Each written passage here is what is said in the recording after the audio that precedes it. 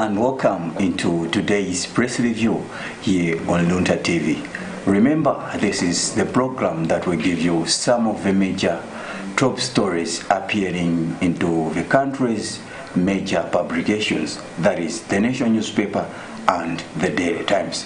And into today's program, you are with me, Andrew Pound and Brennan Mwanza. Maybe we should have a first look what's in the Daily Times. Well, on the front page of the Daily Times, there is a story about ADMAC, which says ADMAC return delayed again.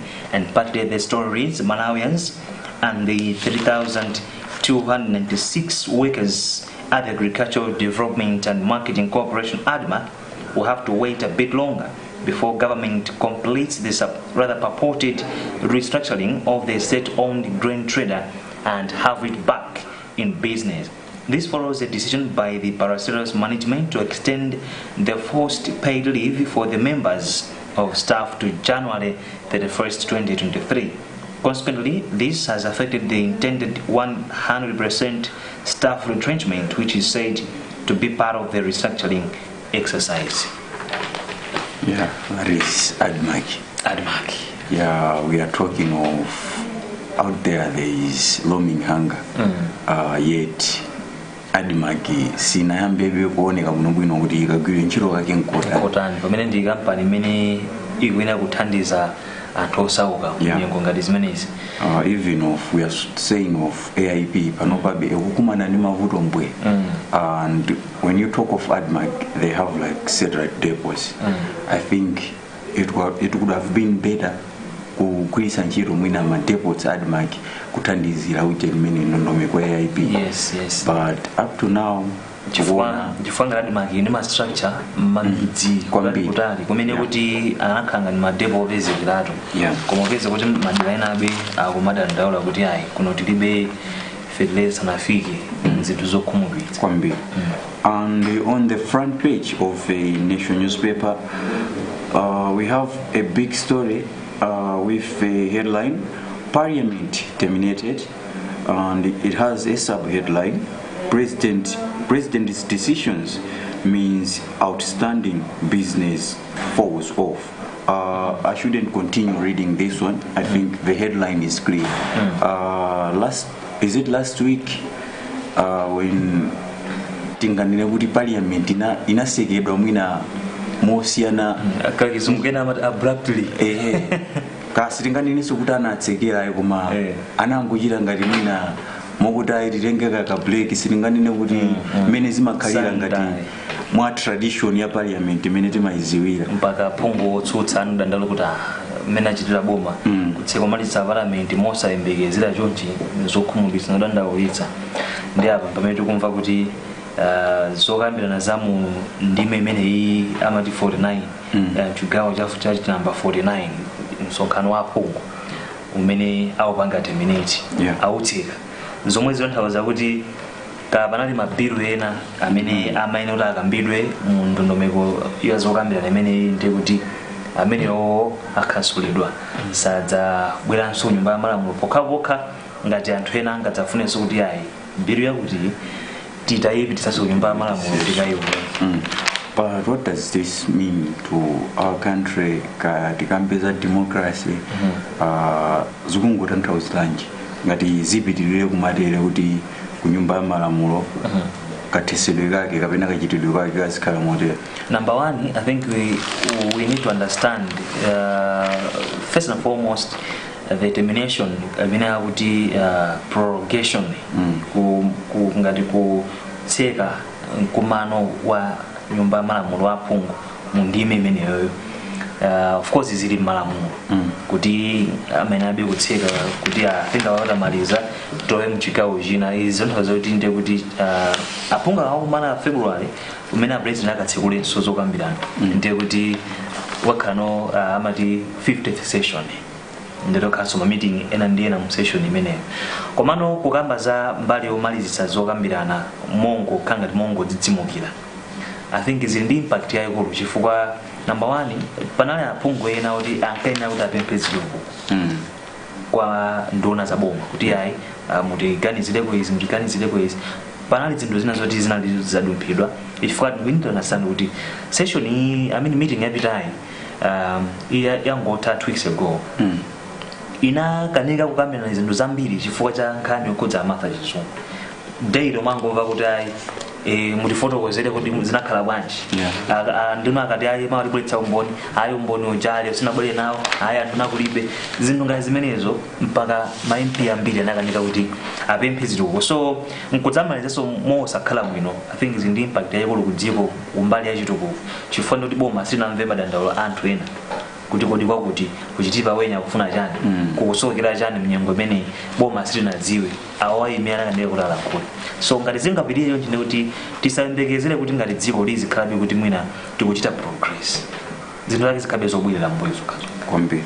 And moving on to the second page of the Nation newspaper, Christmas period, road accidents kill 11, and the part of the story, Malawi Police Service data shows that 11 people died and 34 others sustained various injuries in 36 road accidents during the Christmas period.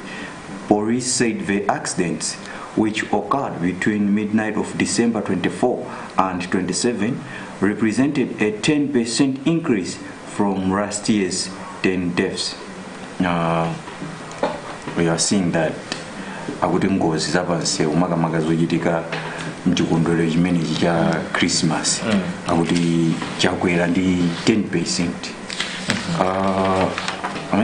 Kusafuna kuzungulira a word of advice kwanza tumwina amene amayendesa even so mwina amene timayenda pamsewu mwina a word of advice munyengo imene iso kukhale kubwera tili muzikondwerero za nyuwere zochitikanso zimakhala zambiri kuti ngatukamba 10% mu Christmas mokha kodi tikubetifikire nyuwere konde tizikhala zotani chifukwa komanso muna chisangala chimene chimakhala chachikulu kwambiri makhala ya nyuwere kuti ndalowa kwambiri ndekuti ena ali kuzisangalalo tikubwerapo mmamawa taledzereratu koma we are driving enanso mwina taledzereratu koma tikuyenda pansi tikumwena mosasamala I think nkhani yayikulu ndio yamba iwe muno wake kudzisamalira moyo wako kodi kufuna chani ukufuna ukafike patipo so ngati ndaledzera ndikuona kuti sindingathe kuyenda koma chowa mene chikhaye kuledzerapo ndimwe mosamala chifukwa ngati sindimwe mosamala ndikaledzeratu ndikanika kudzipanga control even when you are going out kuti mukamomowa try mina kutenga munthu amene amakonda zosekemera kuti maybe mukaledzera ye uchandamira tokuyendesani kwa ufikisani kunyumba musayende mwina nokanoka anthu omwazuwawo wina kayo omwa masofti chabwino. Moving on the second page of the Daily Times, government engages MTF in AIP materials delivery. Minister of Agriculture Sam Kawale has disclosed that government has rather engaged the Malawi Defense Force to assist in delivering fertilizer to hard-to-reach locations in the country. The development comes as transporters are reportedly shunning delivering the commodities to some remote places. Kawale said this day that MTF trucks have been loaded and are on the way to Chitipa and Rompi to deliver fertilizer. MTF spokesperson Emmanuel Nelemba confirmed yesterday that the defense institution, known for coming in during moments of extreme stress, is providing support in delivering the commodity. Well, how do you look at this issue now that the government has finally engaged MTF? Of course, they haven't specified as to why these other drivers are shunning. Maybe you have information. It all goes to the story of preparation. At the beginning, we knew that we need transportation, like the fertilizer to reach all the areas. So they could have engaged all relevant stakeholders, the transporters, the companies supplying fertilizer, that making sure that everything is in place.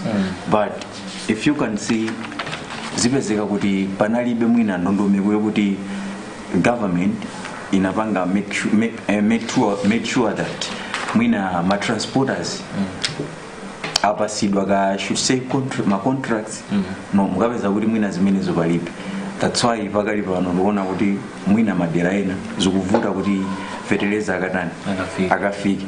Kada baba issue ya kamba za kuchitipa kuntalile kuti it's been the drivers are shunning because they say roads leading there sizili bwino misali sili bwino, so akukanika kuti akafikeko, and that also goes to our seriousness as a country.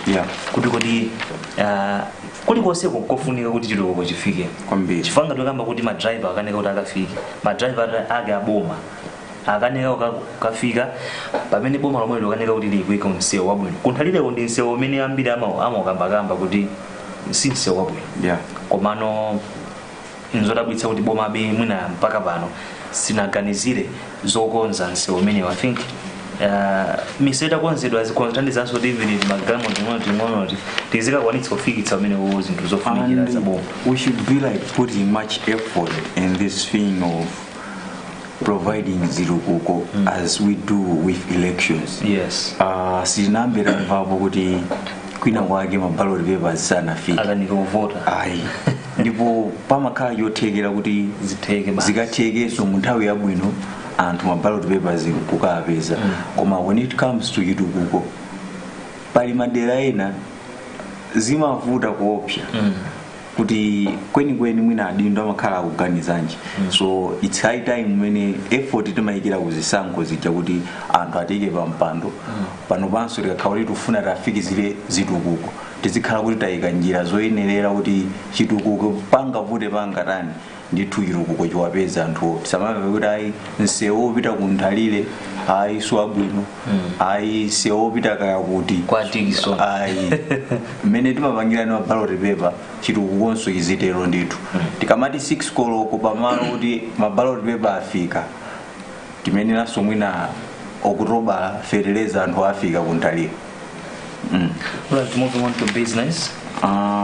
Business section of a nation newspaper, government set to roll out mining film, and the story has a sub-headline: Minister says Treasury to allocate money in next budget.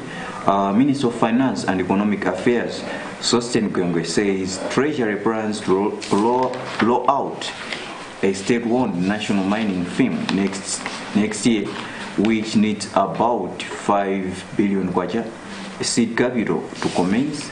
Minister of Mining, which is spearheading the establishment of the National Mining Investment and Development Corporation, earlier this year submitted a funding request to the Minister of Finance and Economic Affairs to consider an allocation of the seed capital. That is a good development if zigitike mwachangu. Yes, and kwamba za 5 billion yo kuti ngati dziko 5 billion ndikonzera ndama yojoje kwambiri, and indeed phindu limene lingapezeke mining I think tikonzopeza panga recover ndamene mkanthawi koji kwambiri ndi mwina ndisamangokamba ndiyembekeze kuti implementation ikhala yotani zigitike mwachangu ndithu chifukwa the mining sector has the potential of boosting the country's economy. Ndipo tikumaona ndithu anthu akuchita bwino ndi tomweti timagolire akumatipeza ino kuchita usiya sukulu kuti ineyo apa ndikupanga izizi ena kumunda kuja mango kuyang'ana akukakumba kuti golide mamidzi muzikuchitika ndithu malosa konkuno kuli Longwe kumadera monga kwatiye Kalungu kuli timigoli ndithu nataki amapezeka anthu kuchita usiri sinopita ku sukulu sinopita ku business ogula makhale ready available ali kumene kuti komano you wonder kuti government is not taking steps. Telling you kuti ayi tatenga kalima masampo akayezedwe ngati dali golide oversee. All right, times the business part kuti AFDB sets $1.5 billion food security fund. Malawi tipped on benefiting. African countries are poised to benefit from the African Development 1.5 billion, that's dollars, facility set to avert a looming food crisis on the continent. through the facility dubbed the African Emergency Food Production Facility. The Continent's Development Finance Institution will provide 20 million African smallholder farmers with certified seeds. An agriculture policy expert has since tipped the government to be systematic if it is to reap the most of the arrangement.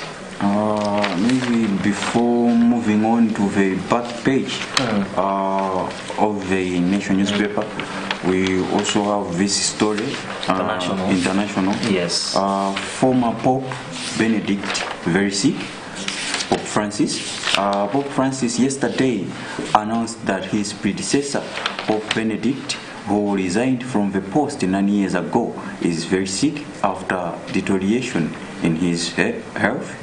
Francis said during his general audience at the Vatican, monitored on BBC television, I want to ask you all for the special prayer for Pope Emeritus Benedict, who sustains the church in his silence. He is very sick. That was Pope Francis speaking, and our prayers should be with Pope Benedict. Can you only to kungotilimbikitsa kuti tapempherere ababa opuma Benedict wa 16 kuti sakupeza bwino ndithu tiye tapempherera ikize mapemphero ababa nenapo apo kuti ngakhale ali opuma komano ndi mmodzi mwa anthu amene akusunga mpingo amakhala kuyikiza mpingo mapemphero ndi kuthandiza kuti zinthu zikhale kuti zikuyenda bwino komanso ngati apapa khala kambapo kuti ndi nsanamira yawo ndithu kuti ntchito yawo kuti ziyenda bwino kwambiri nzeru zina amakatenga kwa Papa Benedict 16. So yayi tintapempherereni apapa opuma kuti ndithu apeze bwino zaka about 95 should be 95 ndithu kufikira pa ndithu yayi ndachikulire tintapemphereni kuti zaka zipitirire. Times says UN urges Taliban to reverse restrictions on women. That's another international story appearing in the Daily Times. The United Nations Security Council has denounced Taliban government policies targeting women and girls in Afghanistan. The Taliban have banned women from attending university and working for non-governmental organizations within the last week. The Security Council said it was deeply alarmed by the increasing restrictions on women's education. That is too much for women in Afghanistan. Wiki ndi wiki kapena tsiku ndi tsiku kumamva kuti boma lawo limene losogozedwa ndi gulu limene laza uchifwamba la Taliban lakhazikisa lamulo lokuti ayi mayunivesiti mwina sili kufuna anthu amayi ayi sili kufuna aziphunzitsi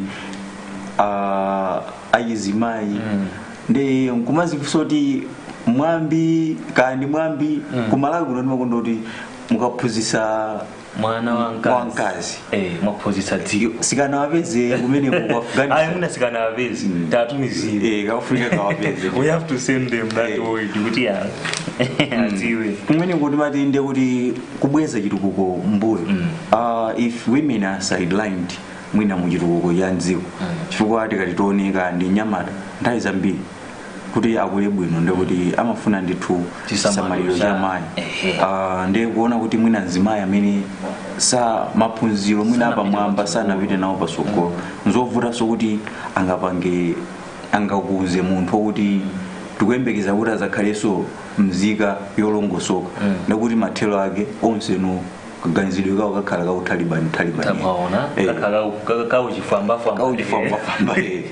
and moving on to the back page of the Nation newspaper, vandalism cost Bingu Stadium heavy. Bingu National Stadium manager Ambilike Maunguru says the facility has in recent past lost utility items worth millions of kwacha through theft and vandalism. Ini nkhani yokuti mwina ma facilities ambiri mdziko muno nkhani yake imene limadandaula limene posayedwa apa ngakhale be chinthucho sichinamaliziki mpaka muzu institute ena abakale chinthu yokuti anakakonzabe kwenikweni I don't know if we should say amalawi kufunika civic education yavo koma nkani yaikuluukulu ndi kusintha kaganizidwe mindset change tikasinda kaganizidwe kathu pa zinthu zinazi sitilolanso tizibwerera mbuyo because that is kutengeranso dziko mbuyo tifuna titukuke inanso saganiza bwino funa kulibweza that means sitikuchita bwino kwambiri and mwina kaganizidwe kake kazikhala kuti zinthu zindi zathu sizaboma chifukwa kuti let's say chinthu chimene chili chamangidwa ku Kamuzu Institute ndikuti tiyerekeze kuli masewera kwabwera mwina anthu ochoka maiko ena nzachizikira kuti those people around Kamuzu Institute they will like be beneficiaries kubwera kwa anthu amene acha ngati tikukamba nkhani za malonda ndikuti zipite pasogolo atawa zikapezeka yawo tikukamba mwina za mahotela mahotelo mu anthu amene amagwira ntchito sikuti amachoka ku Zambia amachoka mkawale momwemo amachoka mwa Abiwi amachoka mwa Senti nkumakagwira ntchito mahotelo mmene alendo aja abwera mwina kuzagwirisa ntchito ma facilities amene tamangacha akugona ndi kuganiza kwake mwina tiyamba kuganiza ndithu mwa straight ndithu ngati dziko. Alright, on the front, rather back page of the Daily Times, there are two stories, both are interesting, but the first one should be the transfer standoff as Eagles Wanderers failed to agree on fee. Iyi ndi nkhani imene yakhalira mkamwa kwambiri nkhani yokhudza Gadi Chira amene ndi wosera wa Blue Eagles kuti afuna apite ku Wanderers. Should we say now he's still a Blue Eagles player? Wait. Anapanga lemba chikalata yoti ndapanga resign. Okay, but still more adakalibe mmanja mwa Blue Eagles. Iyeyo ndi choice yake kuti afuna atachoka. Komano nkhani ndionera kuti Mighty Mukuru Wanderers have slowed down their chase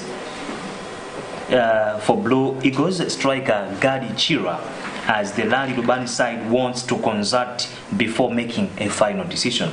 Wanderers Presswood Chira hit a snag on Monday as Eagles pitched the forward at 15 million kwacha before reducing the fee to 9 million kwacha. Even when Wanderers raised their bid to 7 million kwacha from 3 million, the police side did not budge. Wanderers spokesperson Stambuli claimed that they had chickened out of transfer discussions that were set for last night. He said the exorbitant transfer fee as the main reason. Aganiga kupeleka 9 million na Wanderers. Do you think Gachira is worth all that money that Blue Eagles is demanding? Ngara Blue Eagles akudzitemba kuti wahoya konzopita pa 9 ndeuda akudzoti munthu uyo ngatswiri. I want your opinion. Well, siningakane I haven't been following him so that much, but in as far as football is concerned, he is one of the people amenenso akakutaniza kwambiri Blue Eagles inde guys masalira kwambiri komabe dzina la kali kumamva Gadi Chira being a striker ndi munthu odi ayo wachithandizirabe Blue Eagles mwina nkuteka chifukwa ya Blue Eagles aulimba mtima kuti ayi wathu adapita bandalama iyi zikoza kukhala bwino ifodi feyo kuona ngati Blue Eagles ifuna ingokaniza chabe kuti uyasabire. If you remember Blue Eagles past days akabe akugamba kuzimenezo kuti ayi he's going nowhere. So I think muna njira imodzi yoganizirayo kapena kuti asabite apitirize kuwathandiza. And moving on, still in sports, I should say, Frames to camp February. The Frames are scheduled to go into residential camp in February to start preparations for their back-to-back 2023 African Cup of Nations AFCON qualifiers against Egypt's Pharaohs. The first leg is scheduled for Egypt on March 20, while the reverse fixture is slated for Bingu National Stadium 7 days later. Frames coach Mario Marinika said he has requested Football Association of Malawi FAM for a 2-week local camping before proceeding to Saudi Arabia for the second phase of the camping. Scorchers captain attracts PSG Arsenal interest. That's Tabitha Chawinga kuti allowing Tabitha. Malawi women's national football team captain Tabitha Chawinga has downplayed reports linking her with moves to either Paris Saint-Germain Feminine or Arsenal Women Football Club. Chawinga said her focus was on helping Inter Milan women's side win the championship in Italy, having joined the side on loan from her parent club, Chinese side Wuhan Jianda. Former Flames midfielder Sherry Msuku advised the player to concentrate on her game. Kanebona kuti akuta kufunira ku PSG matimu azimai kwaseno akumfuna watu hivi wenera bemwina akazikike ndithubu bwino ku Inter kufasikale minopita ku kena kono timva kala uja timati mwala osayanga nde oyenda suyanga nde komano mwina akazikike bwino komanso audziwe mwina mpira wa ku Europe kuti kumaenda bwanje kena kuno atakuona kuti maso mwina zololeso chiyankhulo chakuchita kena ku ndilowera nokuti komano iyo ndinkano nyaditsa kuti matimu akulu ngati amenewo kupitirizabe kumfuna obadwa ku Malawi ngati amene zinothazabe kuti she's doing great. Well, we should conclude. And that is how we have wrapped up today's edition of Press Review here on Luntha TV. Remember, we look into some of the major top stories. The Nation newspaper is going at 1,000 Malawi kwacha, same as the Daily Times. And remember, unjago kulikolera. Ndipo we should take care onesesa kuti tikusata ndondomeko zonse khane kulo ndio magulagula zakudya zimene madalazi tijepese mwina madalazi maka madalazi ake so ozizira ameneyo koma so zoti kuti nchenche zimene zalalapo nzingati zinachokera kuti tikatero ndio titipezeka kuti tikudzikira tokha moyo pachiswe koma tikasamala kupewa zimenezo yayi tidziteteza kwambiri. Munali ndine Andrew Pound komanso mzanga Bernard Mwanza. Pirizani kuonera ma program athu osiyanasiyana pano pakanema wa Luntha.